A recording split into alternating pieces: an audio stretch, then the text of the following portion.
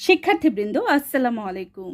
আজকে আমি তোমাদেরকে আমার বাংলা বই চতুর্থ শ্রেণীর এই বইটি থেকে পাঠ 9 বৃষ্টির ছড়া কবিতাটি পড়াবো। বৃষ্টির ছড়া কবিতার অনুশীলনীর যতগুলো প্রশ্ন উত্তর আছে সবকিছু সমাধান করে দিব। অবশ্যই পুরোটি ভিডিও মনোযোগ সহকারে দেখবে এবং শুরু থেকে শেষ পর্যন্ত দেখবে। কোনো প্রশ্ন থাকলে আমাকে কমেন্ট করে জানাবে। পাঠ 9 বৃষ্টির ছড়া, লিখেছেন ফররুখ আহমেদ। বৃষ্টির ছড়া কবিতাটি লিখেছেন ফররুখ আহমেদ। বৃষ্টি এলো কাশ বনে, জাগলো সারা ঘাস বনে। বকের শাড়ি কোথারে, লুকিয়ে গেল বাঁশ বনে। নদীতে নাই খেয়া যে, ডাকলো দূরে দেয়া যে। কোন সে বনের আড়ালে, ফুটলো আবার কেয়া যে। গায়ের নামটি হাট খোলা, বৃষ্টি বাদল দেয় দোলা। রাখাল ছেলে মেঘ দেখে, যায় দাঁড়িয়ে পথ ভোলা। মেঘের আধার মন টানে, যায় সে ছুটে কোনখানে। আউশ ধানের মাঠ ছেড়ে, আমন ধানের দেশ পানে। তো এটা হচ্ছে কবিতাটি তোমরা মুখস্থ করে ফেলবে। এবার আমরা অর্থ জেনে নেই, মানে শব্দার্থগুলো পড়ব। আধার, আধার অর্থ অন্ধকার। আধার অর্থ অন্ধকার। কেয়া, কেয়া একটি ফুলের নাম। কেয়া ফুলের নাম। খেয়া, খেয়া নদী পারাপারের নৌকা। খেয়া নদী পারাপারের নৌকা। গা, গা অর্থ গ্রাম। গা অর্থ গ্রাম।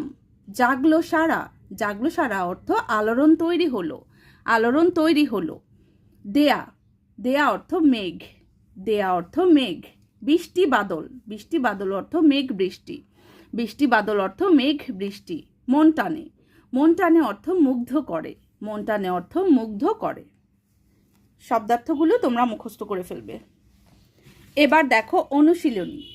এবার অনুশীলনীর ভিতরে যা যা আছে সবকিছু সমাধান আমরা করব।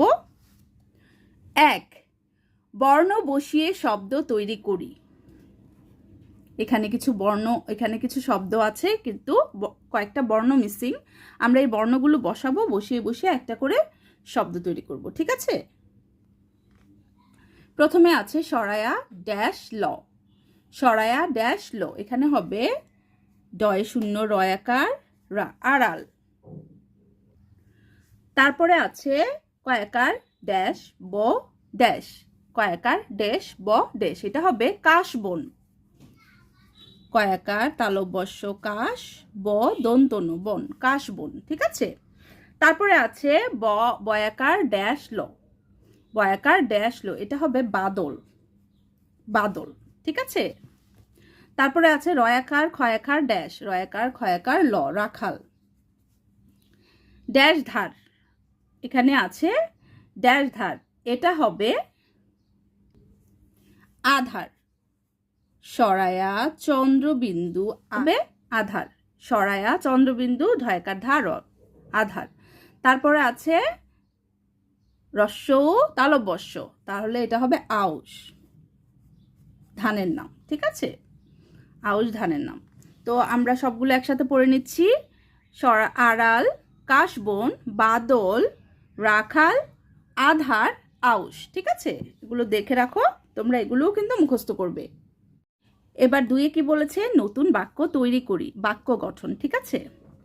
কাশবন, কাশবন দিয়ে হবে কাশবন দেখতে অনেক সুন্দর। কাশবন দেখতে অনেক সুন্দর। আড়াল, আড়াল দিয়ে হবে মেঘের আড়ালে সূর্য লুকিয়ে গেছে। মেঘের আড়ালে সূর্য লুকিয়ে গেছে। তারপরে গা, গা দিয়ে হবে আমাদের ছোট গায়ে ছোট ছোট ঘর আছে। আমাদের ছোট গায়ে ছোট ছোট ঘর আছে। ফোঁটা, বর্ষাকালে অনেক ধরনের ফুল ফোটে। বর্ষাকালে অনেক ধরনের ফুল ফোটে, এটা যদি চন্দ্রবিন্দু থাকতো উপরে এটা হতো ফোঁটা, ঠিক আছে? বৃষ্টির ফোঁটা, কিন্তু এটা কিন্তু ফুল ফোঁটা বুঝিয়েছে। বর্ষাকালে অনেক ধরনের ফুল ফোটে। অন্ধকার, আমার অন্ধকার ভয় লাগে। আমার অন্ধকার ভয় লাগে। তো বাক্য গঠনগুলো আমাদের পড়া শেষ। এবার 3 কি বলেছে? প্রশ্নের উত্তর বলিও লিখি। প্রশ্নের উত্তরগুলো আমরা সবার শেষে পড়ব। 4, গদ্যে লিখি। ক, বৃষ্টি এলো কাশবনে, কাশবনে বৃষ্টি এলো। এখানে কবিতার আকারে লেখা আছে, আমরা এটাকে সহজ ভাষায় গদ্যে লিখবো, মানে আমরা যেভাবে বলি ওইভাবে লিখবো, ঠিক আছে? যেমন বৃষ্টি এলো কাশ বনে, কাশ বনে বৃষ্টি এলো। খ, নদীতে নাই খেয়া যে, এখানে আমি লিখলাম নদীতে খেয়া নেই, নদীতে খেয়া নেই। গ, লুকিয়ে গেল বাঁশ বনে, বাঁশ বনে লুকিয়ে গেল, বাঁশ বনে লুকিয়ে গেল। তারপরে ঘ, যায় সে ছুটে কোনখানে, সে কোনখানে ছুটে যায়, প্রশ্নবোধক, সে কোনখানে ছুটে যায়, প্রশ্নবোধক। ও, ডাকলো দূরে দেয়া যে, দূরে দেয়া ডাকলো, ডাকলো দূরে দেয়া যে, দূরে দেয়া ডাকলো। চ, ফুটলো আবার কেয়া যে, আবার কেয়া ফুল ফুটলো, আবার কেয়া ফুল ফুটলো। তা আশা করি এটা বুঝতে পেরেছো। কবিতার লাইনগুলোকে আমরা যেভাবে কথা বলি সেইভাবে লিখেছি, ঠিক আছে? এবার 5, প্রথম লাইনের সাথে মিলিয়ে পরের লাইন লিখি। ওই যে দেখো গাড়ি চলছে তাড়াতাড়ি, দেখো মিলিয়ে লিখেছি, গাড়ির সাথে তাড়াতাড়িটা মিলে গেছে। এবার পরেরটা দেখি। এক যে ছিল রাজা, আমি কি লিখলাম, খেতো ডাল ভাজা, এক যে ছিল রাজা খেতো ডাল ভাজা। গাছে সবুজ পাতা বর্ষায় লাগে ছাতা, গাছে সবুজ পাতা বর্ষায় লাগে ছাতা। আমার মাথায় চুল করব না তো ভুল, আমার মাথায় চুল করব না তো ভুল। ওই দেখা যায় নদী যেতে পারতাম যদি, ওই দেখা যায় নদী যেতে পারতাম যদি। এসো আমার সাথে হাঁটি বনের পথে, এসো আমার সাথে হাঁটি বনের পথে। তো আমরা লাইনগুলো মিলিয়ে নিলাম, প্রথম লাইনের সাথে দ্বিতীয় লাইনটা। এবার 6 কি বলেছে, শব্দ সাজিয়ে বাক্য তৈরি করি, শব্দ সাজিয়ে বাক্য তৈরি করি। শব্দগুলো এলোমেলোভাবে দেয়া আছে, আমরা সাজিয়ে একটি বাক্য তৈরি করব। দেখো, হয় বর্ষাকালেই বৃষ্টি বেশি, সাধারণত, সাধারণত বর্ষাকালে বৃষ্টি বেশি হয়, সাধারণত বর্ষাকালে বৃষ্টি বেশি হয়। পানি করা বেশি, গরমে দরকার পান বেশি, গরমে বেশি বেশি পানি পান করা দরকার, গরমে বেশি বেশি পানি পান করা দরকার। পড়াশোনা বিদ্যালয়ে করি একই আমরা, আমরা একই বিদ্যালয়ে পড়াশোনা করি, আমরা একই বিদ্যালয়ে পড়াশোনা করি।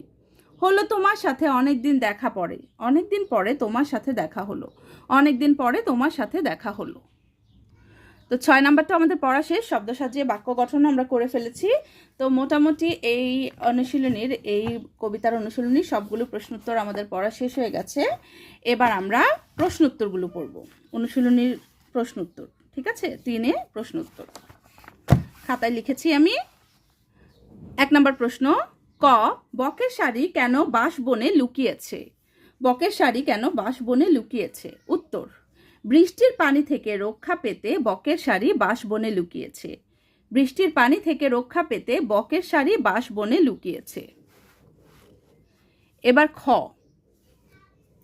নদীতে খেয়া নেই কেন, নদীতে খেয়া নেই কেন, খেয়া মানে নৌকা, ঠিক আছে? উত্তর, বৃষ্টি শুরু হয়েছে এবং মেঘের গর্জনও শোনা যাচ্ছে, বৃষ্টির কারণে নদীর পানি ফুলে ফেপে উঠেছে, নদীতে উত্তাল ঢেউ, এ কারণে নদীতে খেয়ার চলাচল নিরাপদ নয়, তাই নদীতে খেয়া নেই। আরেকবার পড়ছি, বৃষ্টি শুরু হয়েছে এবং মেঘের গর্জনও শোনা যাচ্ছে, বৃষ্টির কারণে নদীর পানি ফুলে ফেপে উঠেছে, নদীতে উত্তাল ঢেউ, এ কারণে নদীতে খেয়া চলাচল নিরাপদ নয়, তাই নদীতে খেয়া নেই। আশা করি বুঝতে পেরেছো। এবার গয় কি বলেছে, কি কি পড়ে বোঝা যায় ছড়াটি বর্ষা ঋতু নিয়ে লেখা, মানে এই ছড়াটি পড়ে আমরা কি কি থেকে বুঝতে পেরেছি যে ছড়াটি বর্ষা ঋতু নিয়ে লেখা। উত্তর, বর্ষাকালে কাশবন থাকে, ছড়াতেও কিন্তু কাশবন আছে, কেয়া ফুল ফোটে, কৃষক আউশ ধান ঘরে তোলেন এবং আমন ধানের চারা রোপণ করেন। এছাড়াও বর্ষাকালে আকাশে মেঘ থাকে এবং অনেক বৃষ্টি হয়। এগুলো পড়ে বোঝা যায় ছড়াটি বর্ষা ঋতু নিয়ে লেখা। আরেকবার পড়ছি, বর্ষাকালে কাশবন থাকে, কেয়া ফুল ফোটে, কৃষক আউশ ধান ঘরে তোলেন এবং আমন ধানের চারা রোপণ করেন। এছাড়াও বর্ষাকালে আকাশে মেঘ থাকে এবং অনেক বৃষ্টি হয়। এগুলি পড়ে বোঝা যায় ছড়াটি বর্ষা ঋতু নিয়ে লেখা। এবার ঘয়ে কি বলেছে, রাখাল ছেলে মেঘ দেখে দাঁড়িয়ে যায় কেন, রাখাল ছেলে মেঘ দেখে দাঁড়িয়ে যায় কেন। উত্তর, মেঘ হলে বৃষ্টি নামে, আর বৃষ্টি হলে রাখাল ছেলে আর তার সাথে থাকা পশুরাও ভিজে যাবে, তাই রাখাল ছেলে মেঘ দেখে দাঁড়িয়ে যায়। আরেকবার পড়ছি, মেঘ হলে বৃষ্টি নামে, আর বৃষ্টি হলে রাখাল ছেলে আর তার সাথে থাকা পশুরাও ভিজে যাবে, তাই রাখাল ছেলে মেঘ দেখে দাঁড়িয়ে যায়। এবার উওতে কি বলেছে? বৃষ্টির সময়ে কি কি করতে ভালো লাগে? বৃষ্টির সময়ে কি কি করতে ভালো লাগে? উত্তর, বৃষ্টির সময়ে জানালার পাশে বসে বৃষ্টি দেখতে অনেক ভালো লাগে। এছাড়াও জানালার পাশে বসে বই পড়তে ভালো লাগে। মাঝে মাঝে বৃষ্টির ছবি আঁকতেও ভালো লাগে। বৃষ্টিতে ভিজতে ভালো লাগে। বৃষ্টির জমে থাকা পানিতে কাগজের নৌকা ভাসাতে ভালো লাগে। এ সময় পরিবারের সাথে খিচুড়ি মাংস খেতে খুব ভালো লাগে। আরেকবার পড়ছি, বৃষ্টির সময়ে জানালার পাশে বসে বৃষ্টি দেখতে অনেক ভালো লাগে। এছাড়াও জানালার পাশে বসে বই পড়তে ভালো লাগে। মাঝে মাঝে বৃষ্টির ছবি আঁকতেও ভালো লাগে। বৃষ্টিতে ভিজতে ভালো লাগে। বৃষ্টির জমে থাকা পানিতে কাগজের নৌকা ভাসাতে ভালো লাগে। এ সময় পরিবারের সাথে খিচুড়ি মাংস খেতে খুব ভালো লাগে। তারপরে প্রশ্ন নম্বর 6, এটা আমি লিখেছি, বৃষ্টির ছড়া কবিতাটি লিখেছেন কে? উত্তর, বৃষ্টির ছড়া কবিতাটি লিখেছেন ফররুখ আহমদ। বৃষ্টির ছড়া কবিতাটি লিখেছেন ফররুখ আহমদ। এই কবির নামটা কিন্তু ভালো করে তোমরা শিখবে, আর বানানটাও দেখবে। আহমদ বানানটা ভালো করে দেখবে, ঠিক আছে? তো বৃষ্টির ছড়া কবিতার সব প্রশ্ন উত্তরগুলো আমরা পড়েছি। আশা করি তোমাদের ভালো লেগেছে। তো ভালো থাকবে, সুস্থ থাকবে।